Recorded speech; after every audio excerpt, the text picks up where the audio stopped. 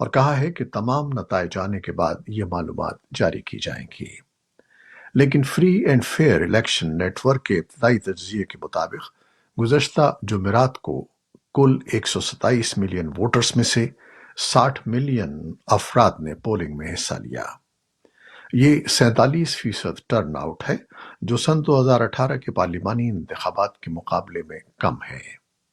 تنظیم نے یہ بھی کہا کہ زیادہ ووٹ سیاسی جماعتوں یا عمران خان کی پی ٹی آئی پارٹی کے حمایت یافتہ آزاد امیدواروں کو ڈالے گئے۔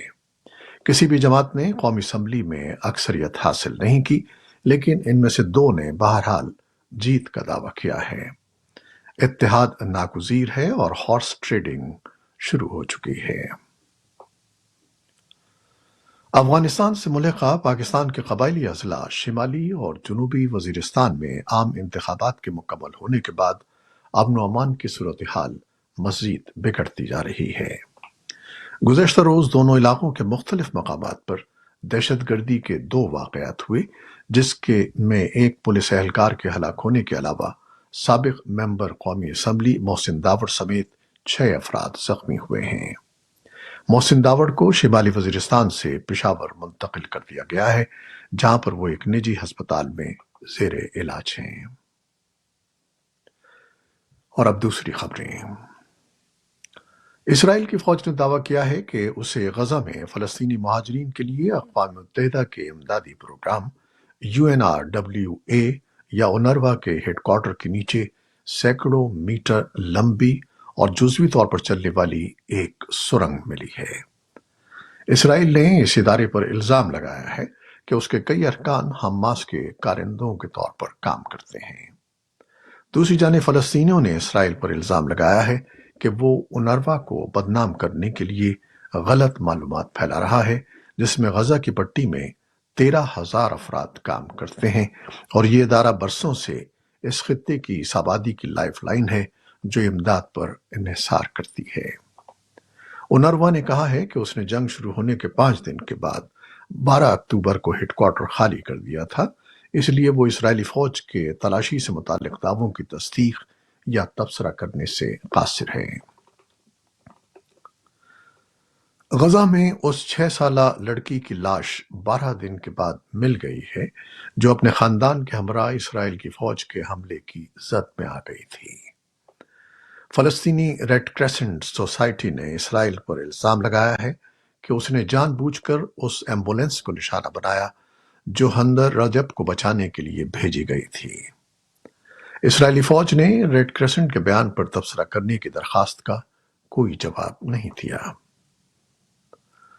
حماس کے زیر کنٹرول غزہ کی پٹی میں وزارت صحت نے اتوار کو کہا ہے کہ فلسطینی عسکریت پسندوں اور اسرائیل کے درمیان جنگ کے دوران محصور علاقے میں کم از کم 28,176 افراد ہلاک ہو چکے ہیں۔ وزارت کے ایک بیان میں کہا گیا ہے کہ تازہ ترین تعداد میں وہ 112 اموات بھی شامل ہیں جو گزشتہ 24 گھنٹوں کے دوران ہوئی ہیں۔ 7 اکتوبر کو جنگ کے آغاز کے بعد سے غزہ میں زخمی ہونے والوں کی کل تعداد 67,784 ہے۔ غزہ کے جنوبی قصبے رفح میں اسرائیلی دراندازی کا خطرہ اتوار کو بھی موجود رہا، تاہم اسرائیلی وزیراعظم بنیامن نیتن یاہو نے بے گھر شہریوں کو محفوظ راستہ دینے کا وعدہ کیا۔ نیتن یاہو نے ABC نیوز کے اتوار کو نشر ہونے والے ایک انٹرویو میں حماس کے خلاف اسرائیل کے فوجی آپریشن کو رفح تک بڑھانے کے اپنے ارادے کا اعادہ کیا، تاہم یہ واضح نہیں کیا کہ دباؤ میں آنے والے اور عارضی خیموں میں پناہ لیے ہوئے لوگوں کی بڑی تعداد کہاں جائے گی۔ نیتن یاہو کا کہنا ہے کہ وہ تفصیلی منصوبہ تیار کر رہے ہیں۔ حماس کے زیر انتظام اقصی ٹیلی ویژن چینل نے اتوار کو حماس کے ایک سینئر رہنما کے حوالے سے بتایا کہ غزہ کی سرحد پر رفح میں اسرائیل کی کوئی بھی زمینی کارروائی یرغمالیوں کے تبادلے کے مذاکرات کو نقصان پہنچائے گی۔ اور مصر نے دھمکی دی ہے کہ اگر غزہ میں اسرائیلی کارروائیاں سرحدی شہر رفح تک پہنچتی ہیں تو وہ اسرائیل کے ساتھ اپنا امن معاہدہ معطل کر دے گا۔ 2 مصری حکام اور ایک مغربی سفارتکار نے نام ظاہر نہ کرنے کی شرط پر دی ایسوسیٹڈ پریس سے یہ بات کہی ہے۔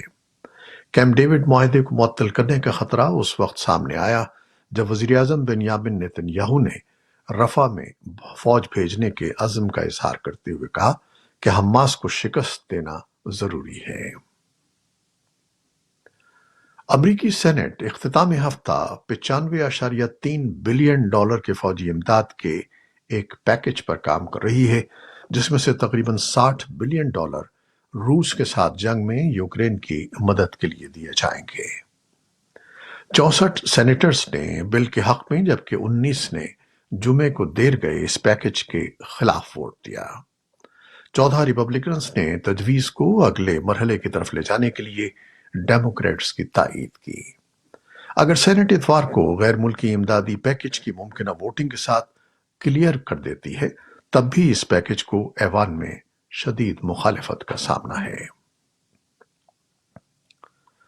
یوکرین کی فضائیہ نے اتوار کو کہا ہے کہ اس نے یوکرین پر روس کے حملوں میں استعمال ہونے والے ایرانی ساختہ 45 میں سے 40 شاہد ڈرونز مار گرائے ہیں۔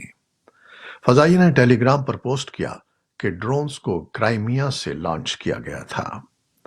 یوکرین کے صدر ولادیمیر زیلنسکی نے خارکیف پر تازہ ترین روسی حملے کی شدید مذمت کی ہے۔